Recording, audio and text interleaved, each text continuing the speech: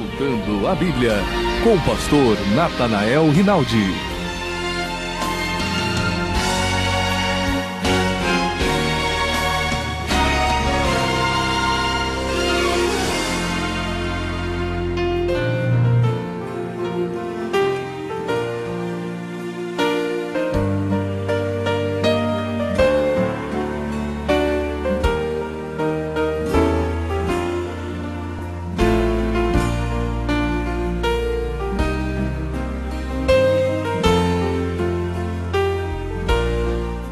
Agora nós vamos ouvir a palavra de Deus na voz do pastor Natanael Rinaldi.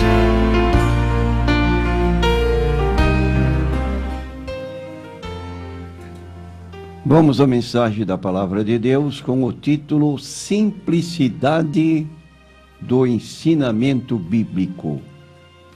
Marcos 16, versículos 15 e 16, disse-lhes: ide por todo o mundo, pregai o evangelho a toda criatura, quem crer e for batizado será salvo, mas quem não crer será condenado. Há muitas pessoas que, embora tomem conhecimento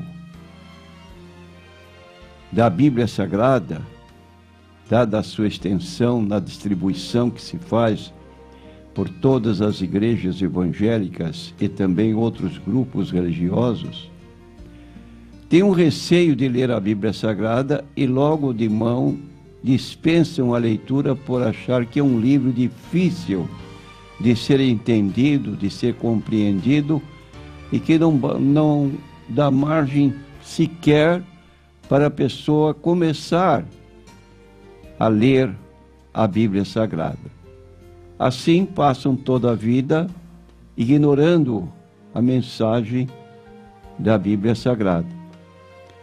Nós nos arriscamos a dizer, no título desta mensagem, simplicidade do ensinamento bíblico. Alguém pode estranhar e dizer, mas para mim não é fácil entender o que a Bíblia diz.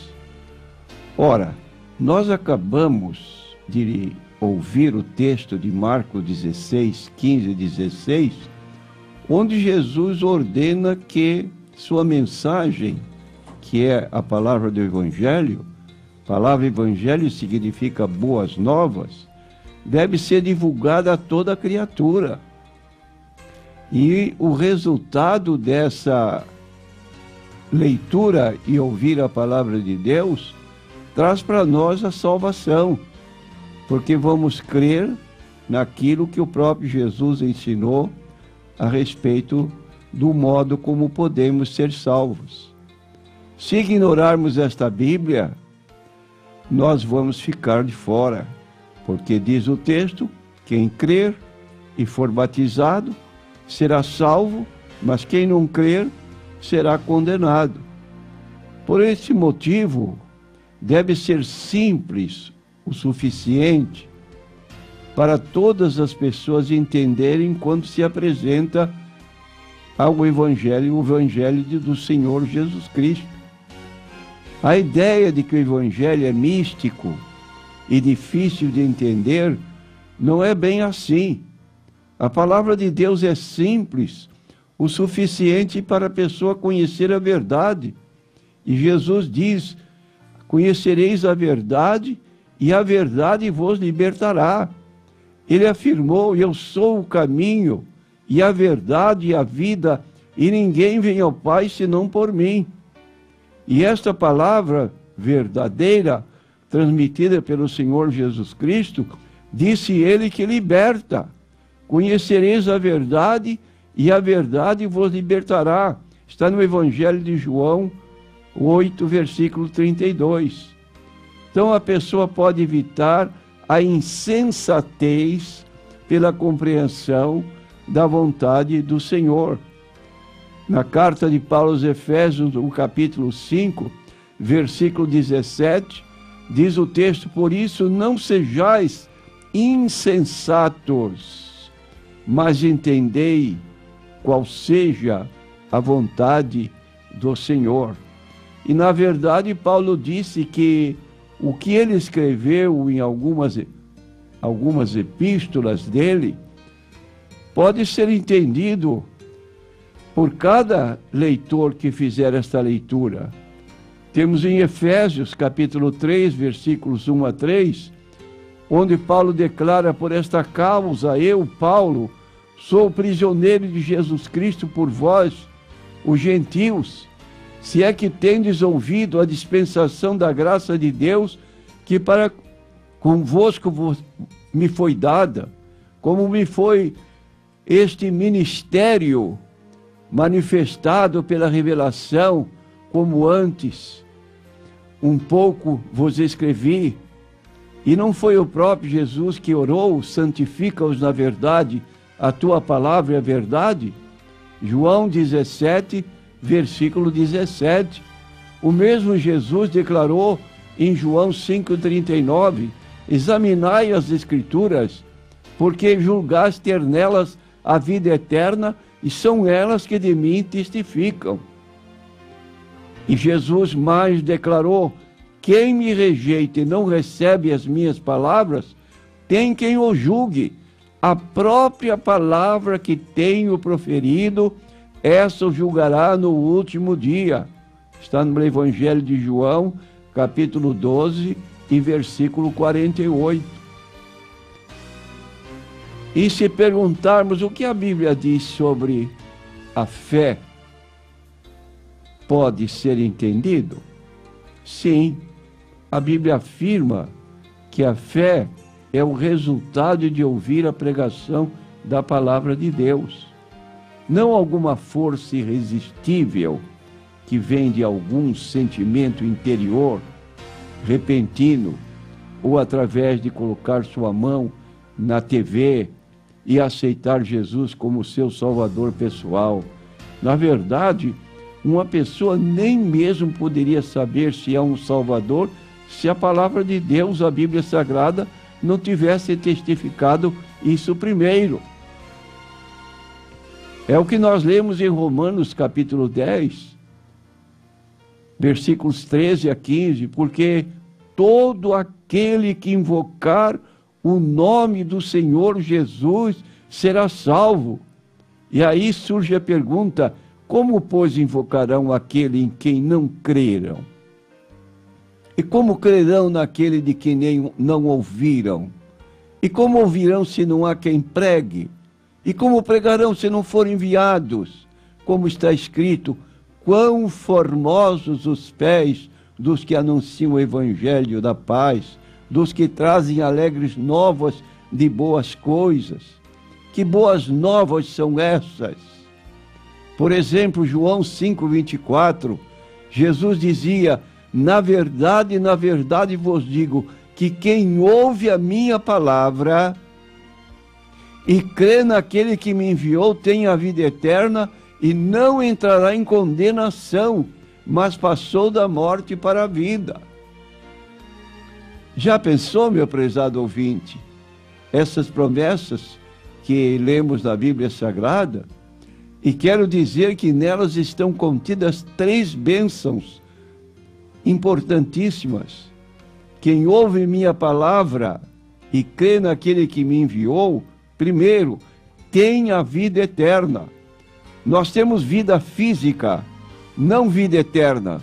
Vida eterna é uma qualidade de vida de comunhão com Deus que se inicia aqui na terra e tem continuidade por toda a existência lá no céu. Não entrará em condenação. Haverá um dia de juízo? Sim, está no livro do Apocalipse. Haverá juízo final.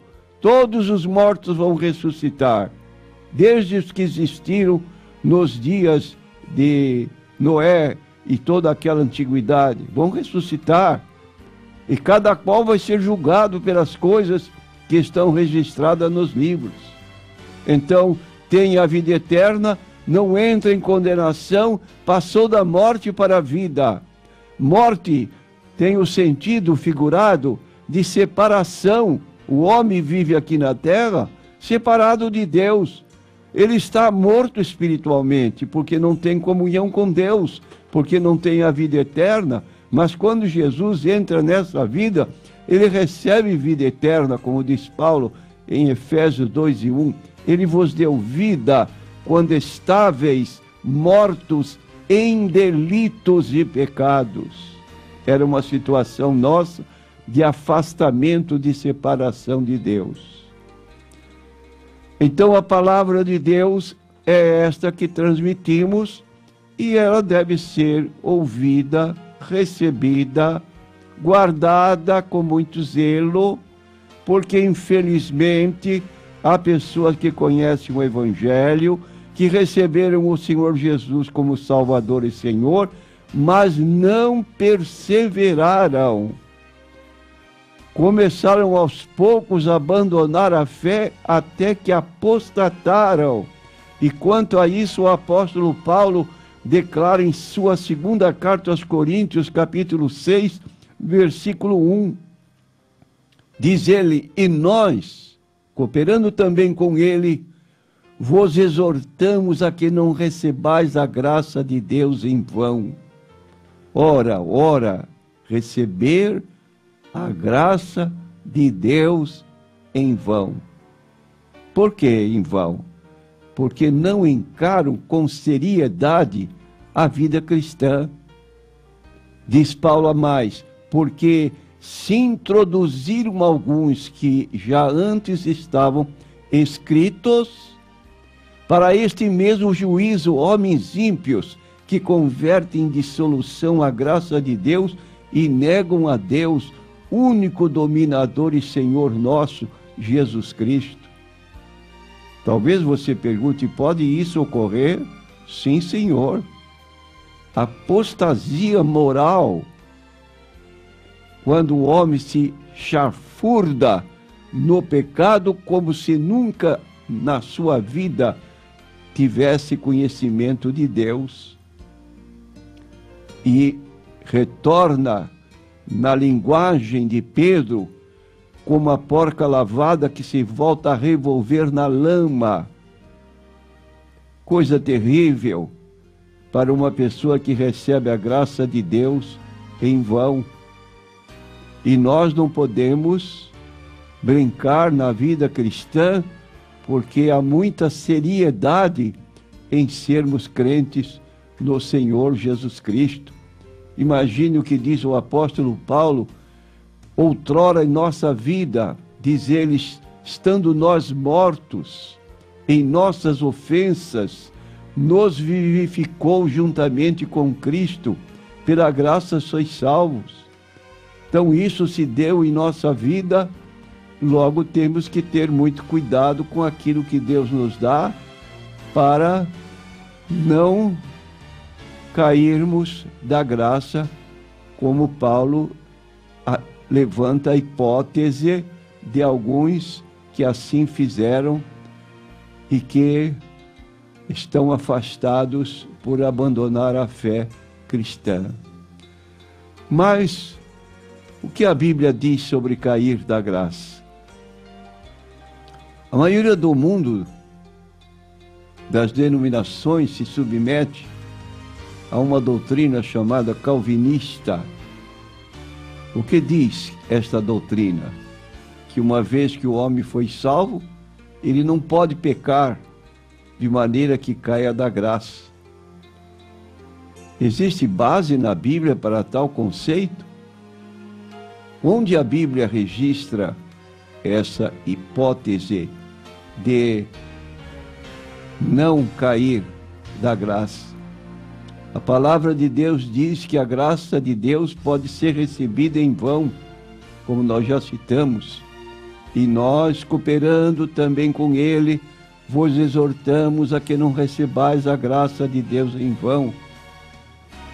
É terrível quando o homem recebe a graça de Deus em vão. O apóstolo Paulo disse em Gálatas 2:21, não aniquilo a graça de Deus, porque se a justiça provém da lei, segue-se que Cristo morreu debalde, isto é, inutilmente. E no capítulo 5 de Gálatas, versículo 4, separados estáis de Cristo, vós os que vos justificais pela lei, da graça tendes caído.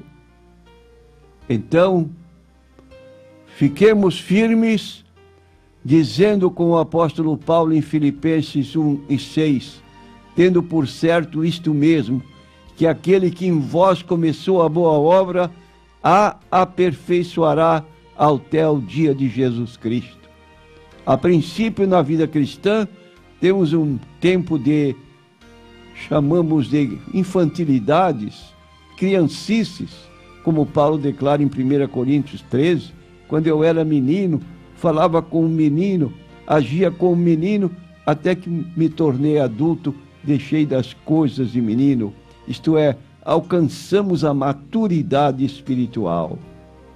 E eu digo a você, meu ouvinte crente em Jesus, ser fiel até a morte, diz o texto bíblico do Apocalipse 2:10, e dar-te-ei a coroa da vida. Essa é a promessa que encontramos na Bíblia Sagrada, e assim permaneçamos fiéis em nosso Senhor Jesus Cristo. Amém. Com tua mão segura bem a minha, pois eu tão fraco sou, ó Salvador, que não me atrevo a dar nenhum passo sem teu amparo, meu Jesus Senhor. Com tua mão segura bem a minha, e mais unima de Jesus. Ó, traze-me que nunca me desvie de ti, Senhor, a minha vida é luz. Com tua mão segura bem a minha, e pelo mundo alegre seguirei, mesmo onde as sombras caem mais escuras, teu rosto vendo, nada temerei. E se chegar à beira desse rio, que tu por mim quiseste atravessar, com tua mão segura bem a minha, e sobre a morte eu hei de triunfar. Quando voltares esses céus rompendo, segura bem a minha mão, Senhor, e meu Jesus, ó, leva-me contigo, lá no teu gozo e teu eterno amor.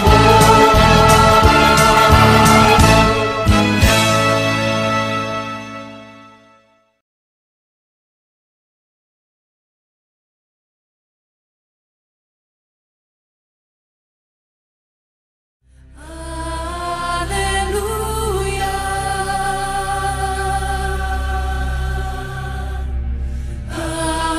aleluia. Ronaldo Cubatão. Existe cristão desviado da igreja? Eu não diria dois vocábulos antagônicos, cristão desviado. É meio difícil de aceitar um cristão desviado. Mas queremos dizer que sim, que existem cristãos que já não estão mais servindo a Deus. Por exemplo, eu li numa reportagem que o número de 40 milhões de evangélicos no Brasil, dentro desse número, existem crentes, assim chamados vulgarmente, ou evangélicos, que não têm igreja nenhuma. Só admite que crê no Senhor Jesus, que tem a Bíblia em casa, tem conceitos evangélicos, mas não é praticante, é apenas aderente. Como existe também o tipo de católico tradicional, que não conhece a sua própria doutrina, que não lê Bíblia Sagrada, também tem evangélico desse tipo, simplesmente sem compromisso com a igreja. Agora, a convite de Jesus de Mateus 16, 24 é muito restrito. Se alguém quiser vir após mim, negue-se a si mesmo, tome sobre si a sua cruz e siga-me. Quem procurar ganhar a sua vida, perdê-la-á, mas quem a perder por amor de mim e do Evangelho, esse a ganhará. Que aproveita o homem ganhar o mundo inteiro e perder a sua alma? Então, um cristão desviado, sem compromisso e sempre dizendo que é crente. São esses que Jesus vai dizer naquele dia de juízo: não vos conheço. Então, é uma realidade, lamentamos, mas existem crentes ou cristãos desviados. Regina Vicente de Carvalho. Eu assisti uma cena de uma novela em que retratava um pouco da cultura muçulmana. E lá eles ensinavam as crianças que não podia ler o Alcorão no banheiro. Eu algumas vezes li a Bíblia no banheiro. Depois disso eu parei, pois na cena dizia que Deus não gosta. Eu fazia errado em ler a Bíblia no banheiro, pastor? Quero dizer que não devemos ler a Bíblia no banheiro. Se for um livro religioso, ainda é permissível, mas propriamente a Bíblia é impróprio. E eu quero acrescentar que a Bíblia não é um amuleto, que a Bíblia não é um talismã que alguém carrega no bolso, tamanho pequeno, para proteger-se de um eventual tiro, como hoje está ocorrendo na cidade, tiros perdidos em luta entre policiais e bandidos. Mas a Bíblia tem seu valor intrínseco. Se eu não conheço a Bíblia por dentro, a Bíblia em nada vai me produzir qualquer efeito. Em si ela não tem essa virtude, porque o valor dela está no seu conteúdo, naquilo que lemos, que absorvemos da Bíblia Sagrada. E há crentes tão estéreis que fazem da Bíblia um tipo de conta-gotas. Abre a Bíblia ao acaso na parte da manhã, quando vai deitar abre a Bíblia também ao acaso, coloca o seu dedo usando a Bíblia num tipo de bibliomancia. Já ouvi pessoas dizerem para mim: diz um texto da Bíblia. Ora, quer adivinhar a minha custa? Por que você não pega a sua Bíblia e não vai ler? Mas não citar um texto isolado para dizer que recebeu uma palavra da parte de Deus que vai dirigir a sua vida. Isso é prática bibliomancia, adivinhação com a própria Bíblia. E não vamos nos admirar, porque existem programas de espíritas e outros tipos de pessoas que não têm muito afeição à Bíblia, que estão recomendando a leitura de salmos, partes isoladas da Bíblia. Então, tenha respeito à Bíblia Sagrada. Onde você coloca a sua Bíblia? Perto do rodapé? Ou você coloca num lugar alto, distinto, porque é o seu livro de predileção, é a sua leitura por meio da qual Deus fala com você. Há pessoas que esquecem a Bíblia nos bancos da igreja, há pessoas que usam a Bíblia, deixam nas mãos de crianças que rasgam folhas. Um desprestígio à Bíblia Sagrada, nem parece que são crentes, porque não tem o mínimo cuidado com a Bíblia Sagrada. Faltando páginas, para ele não interessa porque ele não lê mesmo. Ora, tenha paciência, precisamos dar mais respeito à palavra de Deus. Não é objeto de culto, como fazem os islâmicos. Os islâmicos não lêem a Bíblia, são obrigados a memorizar quando crianças. Eu não sei se isso tem valor, mas o fato é que, obrigatoriamente, isso não deve ser. Deve haver espontaneamente a leitura da palavra de Deus. Então, eu quero cumprimentar nossa irmã Regina. Ela errou um tempo, mas mudou, aceitou a recomendação e não lê mais Bíblia no banheiro, porque é desrespeitar a própria palavra de Deus. Marlene, do bairro Jockey Club. Minha irmã é amigada com meu cunhado há mais de 20 anos. Ela se batizou na congregação cristã. Isso é certo? O que posso dizer à luz da Bíblia para ela? Eu quero dizer que esse grupo religioso, eles não têm ensinamentos bíblicos, porque batizar uma pessoa que não está legalmente casada é um tipo de prostituição. Pessoa não está legalmente casada através de documentação, membro de igreja, batizado nas águas. Onde se viu essa situação? Só numa igreja que não ensina nada de Bíblia. Porque esse negócio de dizer que Deus faz a obra e permitir que a pessoa participe da celebração da ceia do Senhor dessa forma, isso indica a falta de orientação bíblica por parte da sua liderança.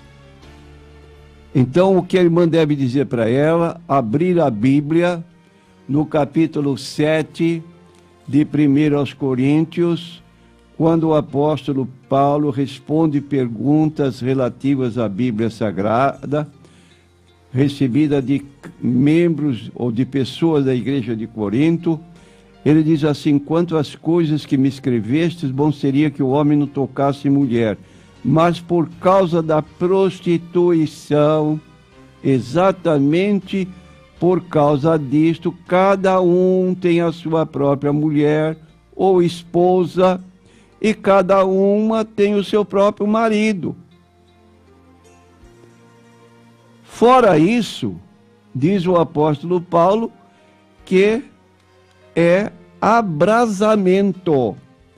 Abrasamento é uma linguagem que indica prostituição. Deus condena a prostituição na sua palavra e declara no livro de Hebreus, capítulo 13, versículo 4, que o casamento seja por todos honrado. E quem se entrega à prostituição e ao adultério, vai ser condenado. Venerado seja entre todos o matrimônio e o leito sem mácula, para os que se dão à prostituição e aos adúlteros, Deus os julgará. Agora quero dizer à nossa irmã que esta situação irregular, a responsável é a própria igreja onde ela está se reunindo. Porque se fosse uma igreja organizada com diretriz bíblica e não com revelações, deixando a pessoa a seu critério para resolver quando quer acertar sua situação, 20 anos dentro de uma igreja sem orientação bíblica, então não é o lugar dela lá. Precisa entrar numa igreja que tenha condições de poder orientar convenientemente os seus membros. Marlene, do bairro Jockey Club. Minha mãe é da congregação cristã. Ela já é bem idosa e não tem mais condições de fazer os afazeres domésticos. Então, de quando em quando, vou lá ajudá-la. Certa vez eu estava lá quando chegou um grupo para visitá-la. Então, eu os questionei o seguinte: por que, ao invés de visitar apenas vocês, não vêm aqui para ajudá-la nas tarefas domésticas? E então elas disseram que eu estava atribulada e que iriam orar por mim. Eu fiz errado em fazer o comentário que fiz? Quero dizer o seguinte, que é outro caso dessa chamada congregação cristã no Brasil. A pessoa está sofrendo, não tem ninguém para fazer visita, e muito menos ajudar diante da situação pela qual está passando. A senhora fez muito bem em chamar a atenção dessa atitude, que não passa de uma atitude hipócrita, porque, na verdade, uma pessoa que está doente precisa de ajuda. Como diz o texto bíblico, se você disser, vai, meu irmão, que Deus te abençoe, e não fizer nada por essa pessoa, como é que você está demonstrando o amor de Deus?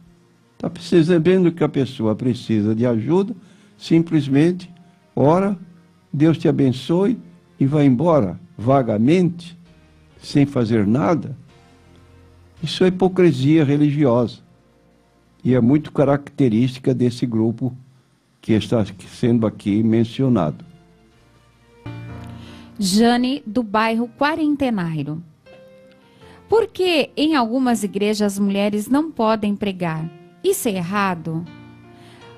E também tem, pastor, por que um pastor não pode subir ao púlpito sem paletó? E por que os TJs não creem que Jesus vai buscar a igreja para ir morar no céu? Nós queremos analisar cada uma das três perguntas. A primeira, porque algumas igrejas as mulheres não podem pregar.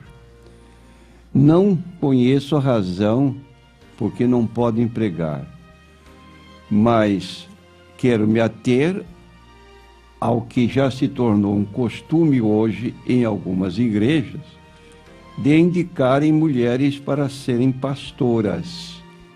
Entre falar na igreja, pregar ou ensinar é uma coisa, exercer uma autoridade de pastor numa igreja é outra. No que concerne a falar, ela tem liberdade de falar. Temos missionárias, temos professora da escola dominical, temos dirigentes de círculo de oração. São pessoas que geralmente cabe esse trabalho às nossas irmãs.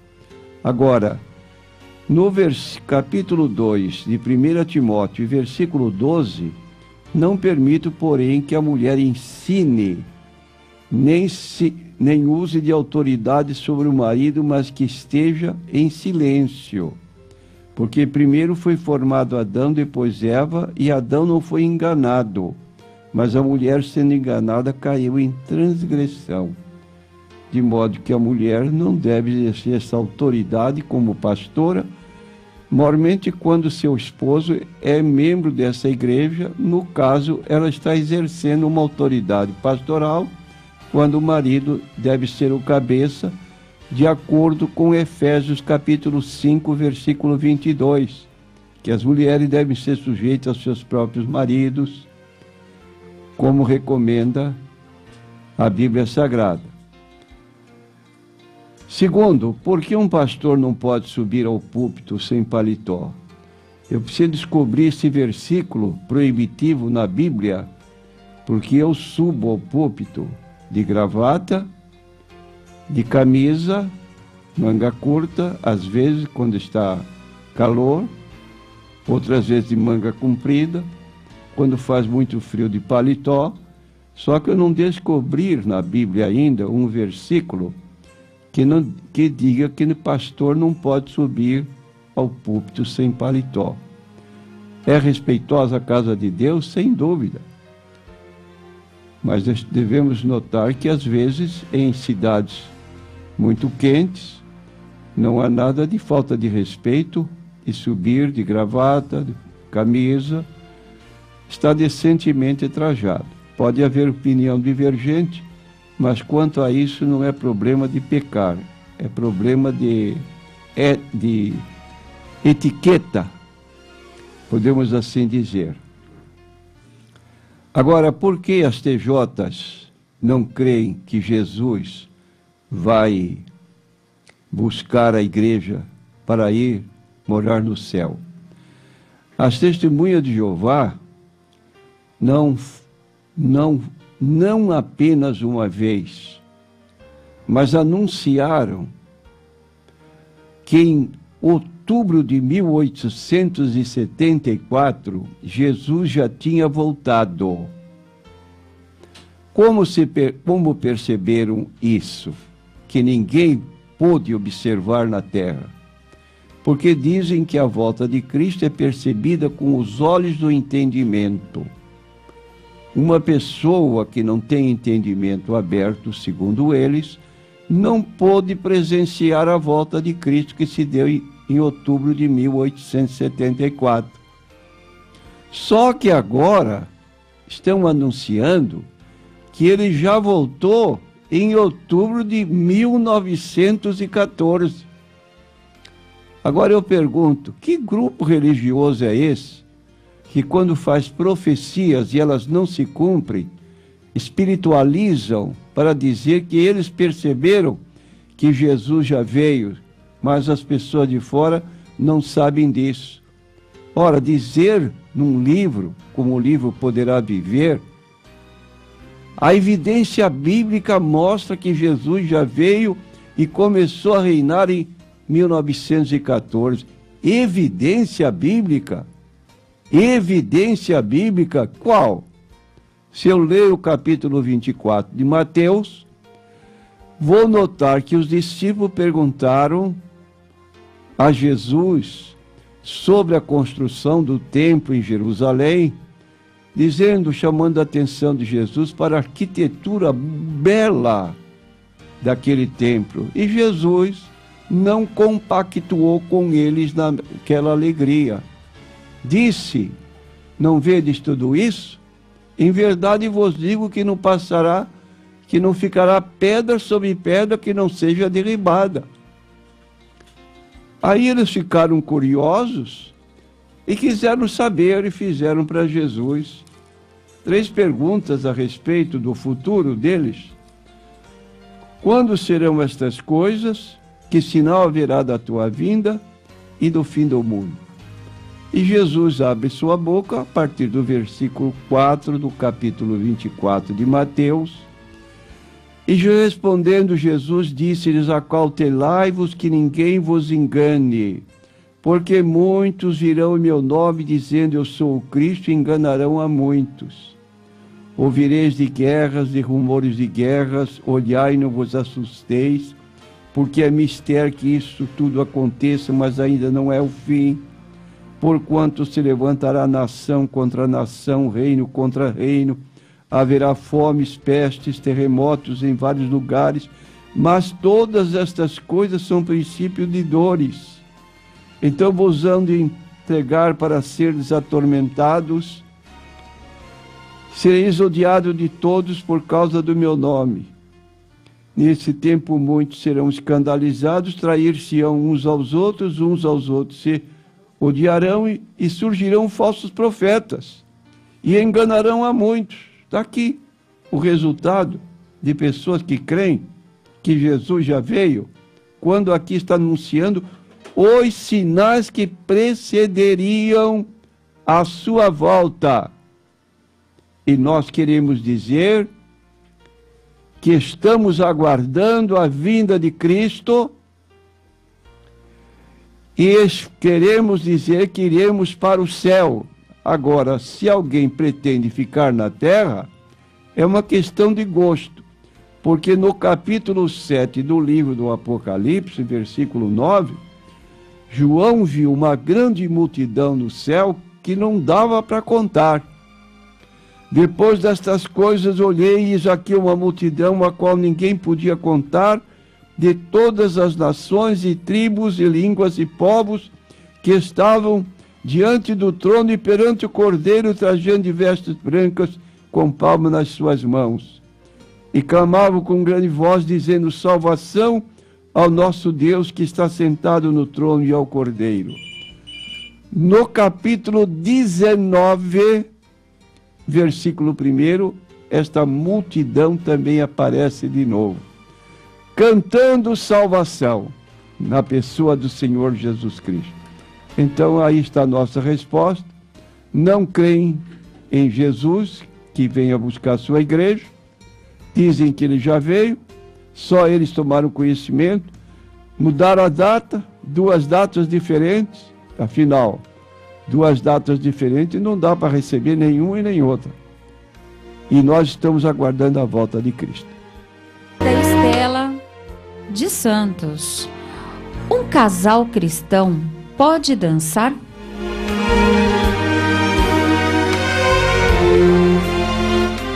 Nós queremos responder a nossa ouvinte que desconhecemos a existência de um local próprio para cristãos dançarem. Até onde sabemos, desconhecemos que haja isto.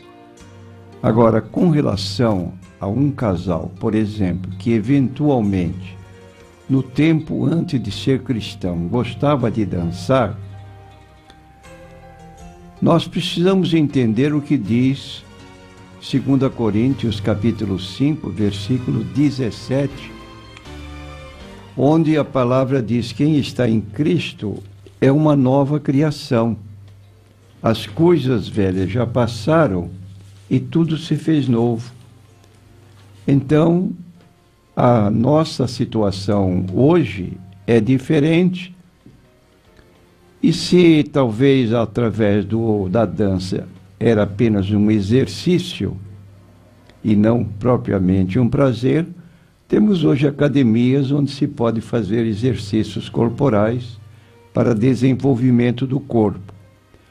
Agora, se houver da parte da pessoa um tipo de prazer na dança, mormente sabendo que onde se dançam é um ambiente impróprio para um cristão, músicas profanas e outras coisas que não agradam a Deus, nós devemos nos lembrar de 1 João, capítulo 2, versículo 15 a 17. Não ameis o mundo, nem o que no mundo há. Se alguém ama o mundo, o amor do Pai não está nele. Porque tudo o que há no mundo, a cobiça da carne, a cobiça dos olhos, a soberba da vida, não é do Pai, mas do mundo. E o mundo passa e a sua cobiça, mas aquele que faz a vontade de Deus permanece para sempre. A propósito, o apóstolo Paulo fala do corpo do cristão, e ele emprega uma linguagem atlética. Naturalmente, conhecendo os sistemas antigos de lutas corporais nos coliseus, ele dava uma conotação de que ele agora exercia uma pressão para o seu corpo, no sentido de que ele não mais agia como antigamente. Ele diz: subjugo o meu corpo e o reduzo à servidão, para que pregando aos outros não venha de alguma forma a ser rejeitado. Então pode ser um caminho que nos conduza a um retorno à vida antiga. E nós devemos subjugar o nosso corpo, reduzi-lo à servidão, para que, pregando aos outros, não aconteça conosco que venhamos então a perder a carreira ou ficar reprovado, na linguagem do apóstolo Paulo. Adriana, bairro Morrinhos, Guarujá, Morrinhos 1. Qual a função dos anjos? Eles têm poder para curar?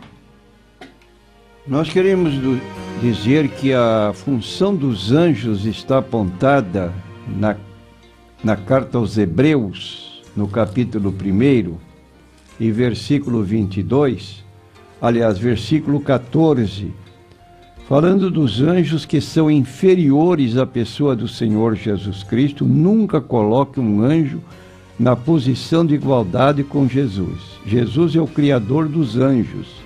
Colossenses capítulo 1, versículo 16 em diante, porque por meio dele foram criadas todas as coisas, visíveis e invisíveis, quer sejam tronos, senhorios, poderes, autoridades, tudo foi criado por Cristo.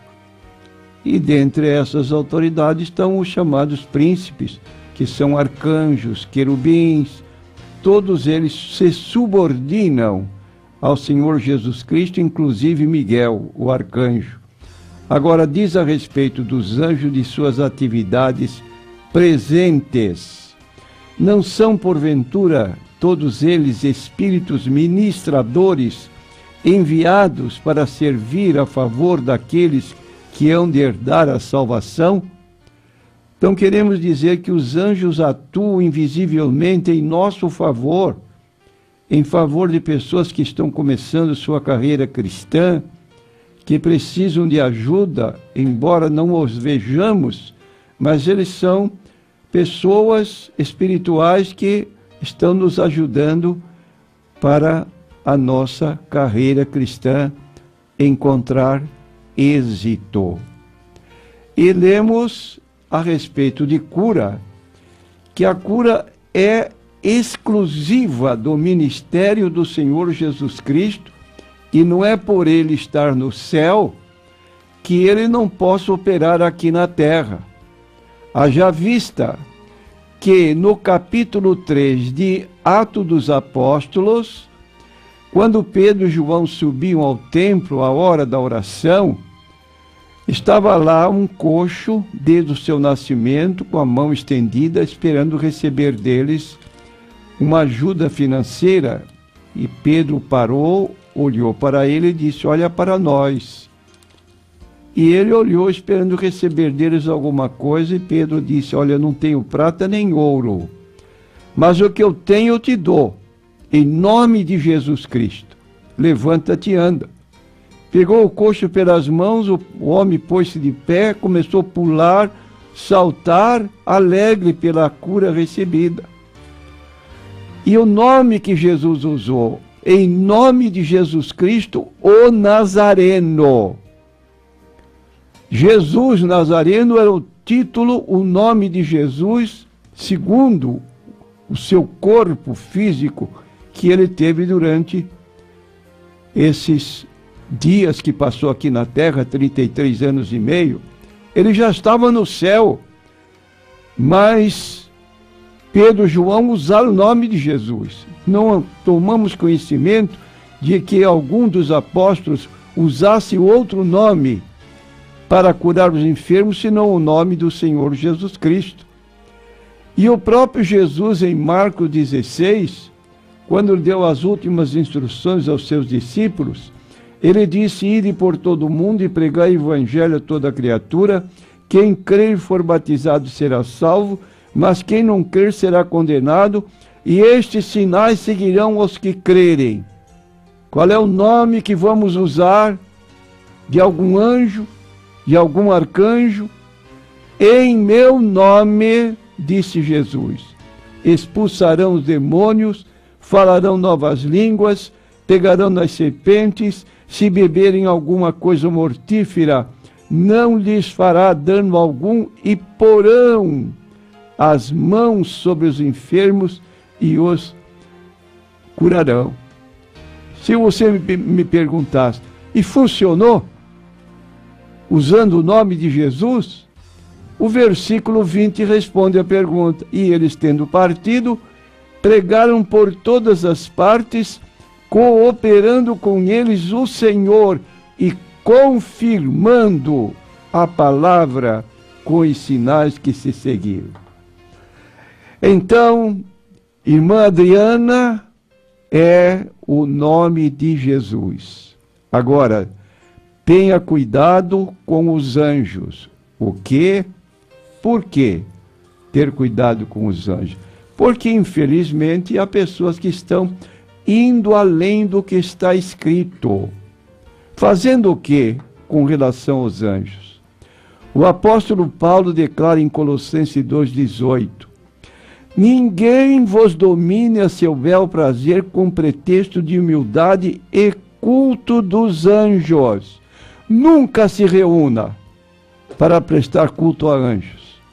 Se houver uma reunião onde haja pessoas que manifestem muito interesse pelos anjos, quase que adorando-os, cultuando-os, ou falando de modo até glorificando até anjos, cuidado, sai de perto dessa gente, porque aqui está dizendo o culto dos anjos é abominável. Não podemos prestar culto a eles. Alex Guarujá. Foi um casamento há 2 anos atrás de um casal de jovens assembleianos. Este casal recebeu a bênção do Senhor através de seu pastor na igreja. Já na festa, eles dançaram algumas músicas do mundo, inclusive. Agora eu soube que o casal está se separando. Seria uma consequência do ato de ter dançado música do mundo no casamento? É bem possível que isto ocorra. Isto é como diz a Bíblia, ninguém pode servir a 2 senhores. Para Mateus 6, 24, Jesus foi muito claro. Ou lá ou cá. E esse casal me parece que estava tomando uma dupla atitude. Primeiro na igreja para ser abençoado e depois fora já dançando músicas profanas. É uma dubiedade. Pessoas que têm propósitos antagônicos, um contrário ao outro, que não dignifica o nome do Senhor Jesus Cristo. Lamentável a notícia que estão se separando, porque diz a Bíblia que Deus ajuntou, não o separe o homem. Então o casamento deve ser duradouro.